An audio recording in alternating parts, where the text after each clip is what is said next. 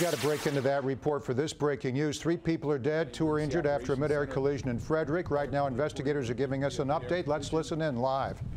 Emergency personnel from Frederick County responded to this location and found 2 crash scenes. The first was on Monocacy Boulevard north of Patrick Street. A small plane was found in a thin wooded tree line. 2 persons were on board that aircraft, both of whom were transported to the Meritus Medical Center in Hagerstown. The other crash scene was about a 1/10 of a mile south of that location at Highland and Monroe Streets in Frederick, where there was a self-storage facility. There was a helicopter that had crashed between storage lockers at that location. There were 3 people confirmed deceased at that location. We do not know if all 3 were on board that aircraft. That is part of the ongoing investigation. Maryland State Police Criminal Enforcement Division investigators are conducting the preliminary investigation. We do not have identities of any of these personnel these persons at this time. We are working to establish those identities of the deceased and then make notifications to family. I do not know when that would be completed. The National Transportation Safety Board was, of course, notified and has sent an investigator who is Mr. Brian Rayner, and I will introduce him to you at this time, sir. Good evening. My name is Brian Rayner, R-A-Y-N-E-R. I'm a senior air safety investigator with the National Transportation Safety Board. I want to begin by thanking Major Hughes of the Maryland State Police, his officers, his troopers, Frederick County, their response in securing what will certainly be vital evidence in understanding this tragedy. I have only very, very preliminary information. As Mr. Shipley explained, the accident occurred at 3:39. It involved a Cirrus SR-22, registration November 122 Echo Sierra, and a Robinson R-44 helicopter, November 7518 Quebec. At this point, I've only done a cursory exam of the 2 sites just to see where each aircraft was located, their condition, and what we're going to need to do to effect a safe examination of each. I am, as we speak, assembling a increasingly larger team to work this accident. So far, we have helicopter specialists en route. We have an air traffic control investigator en route.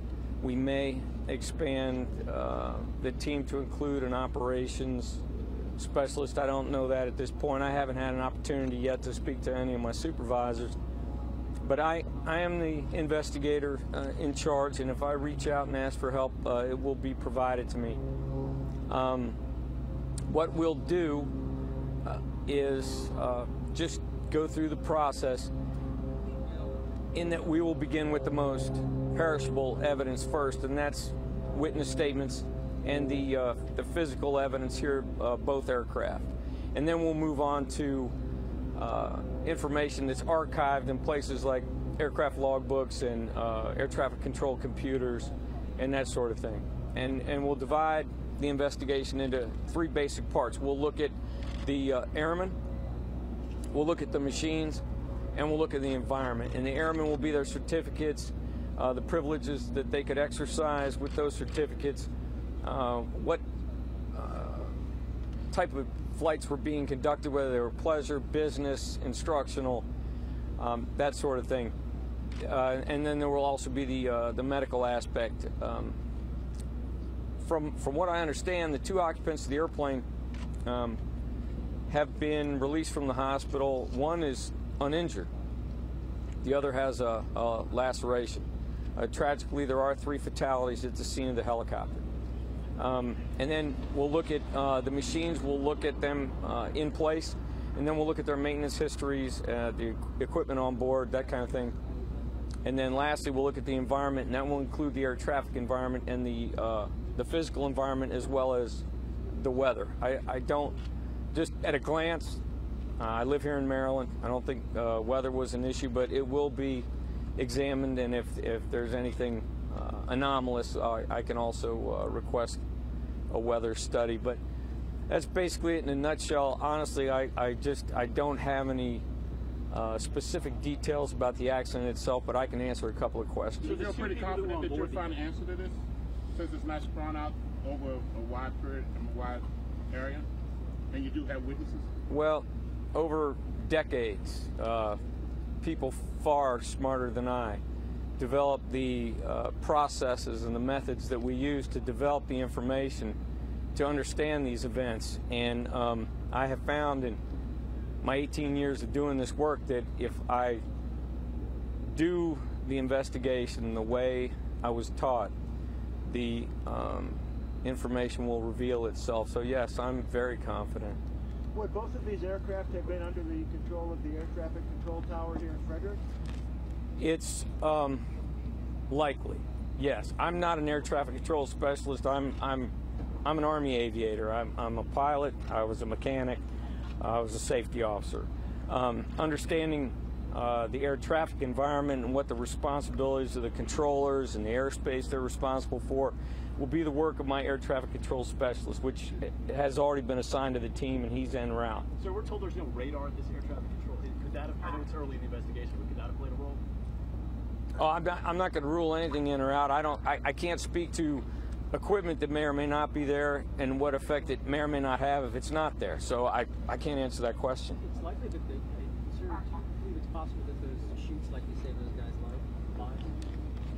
The ballistic parachute system that's installed on the Cirrus aircraft has resulted in the successful landings of several of their airplanes. But what those statistics are, I don't know. You could query Cirrus aircraft or our Office of Public Inquiries at our headquarters in Washington.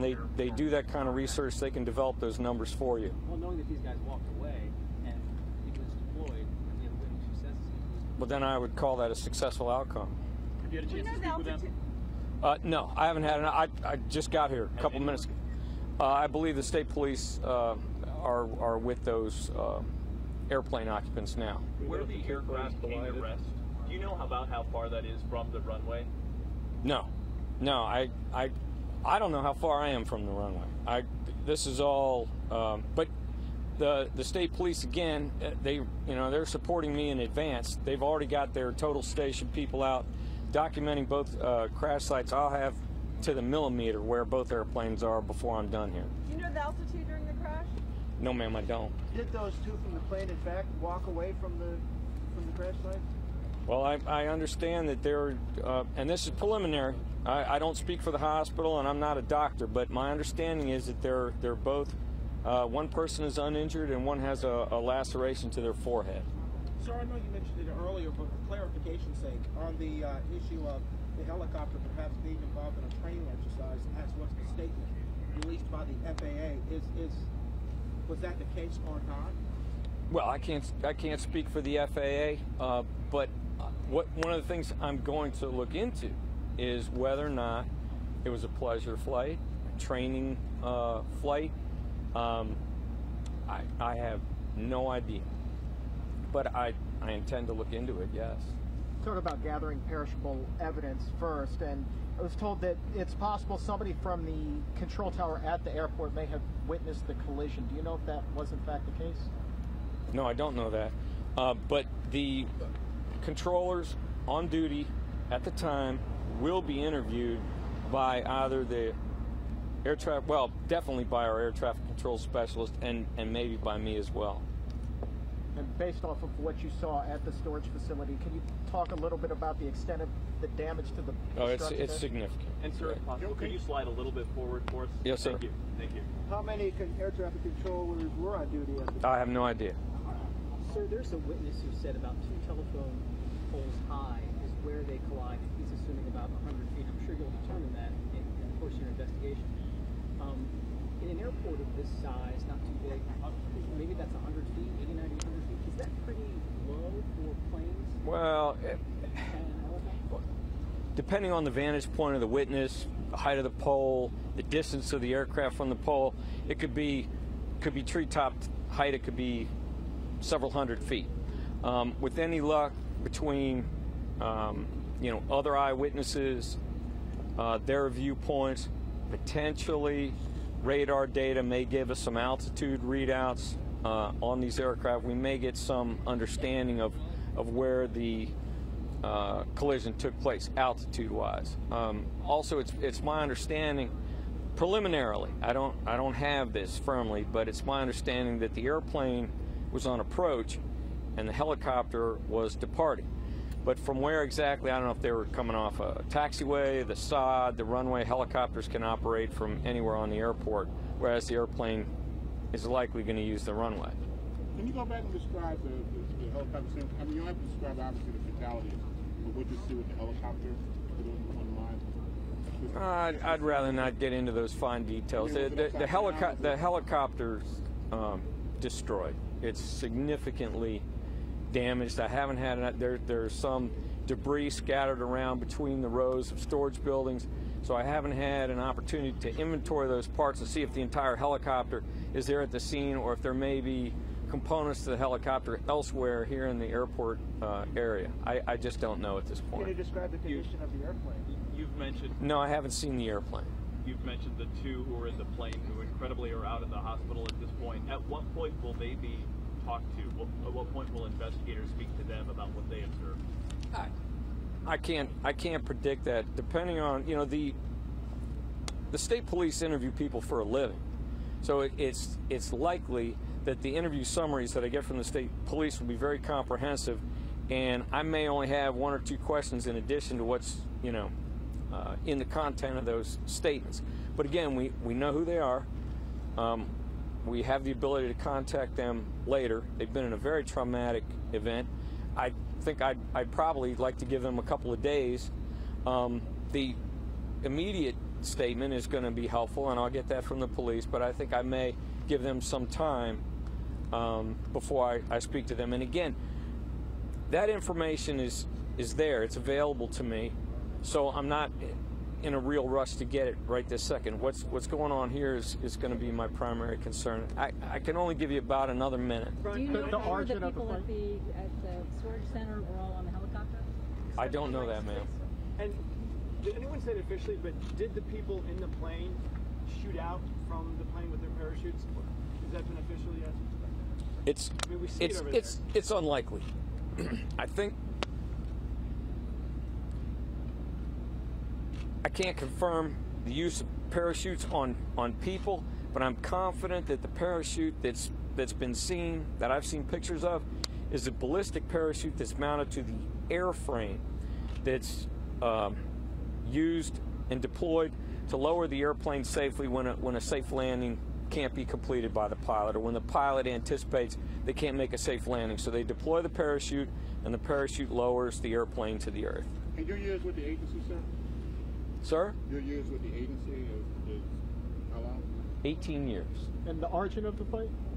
I don't have departure points on either aircraft or destinations. I don't know if they meant to land here and deplane, or if they were just doing a touch and go. I don't know what the nature of the flight was. Just a quick follow-up on that parachute. Are you of the understanding that the people on that aircraft probably did not themselves deploy and then use a parachute? Is that your understanding? Or explain that's all conjecture at this point, but it's extremely unlikely that they deployed parachutes that they were wearing. It's most likely one parachute was deployed, and that came from the airframe. Thank you very much. Is it Brian, B-R-I-A-N? Yes, sir. A.N. Last name is Live coverage and breaking news. You've been watching a news conference from Frederick, Maryland. That's where authorities are investigating a mid-air collision. 3 people are confirmed dead. A single-engine Cirrus aircraft collided with the Robinson R-44 helicopter. The collision happened only a short way from the end of the runway at the Frederick Airport. 2 people were aboard the Cirrus, and they survived. This particular plane is equipped with a large parachute that deployed at the time of the mid-air collision. The 3 fatalities were aboard the Robinson helicopter. The chopper hit the ground between units at a storage facility.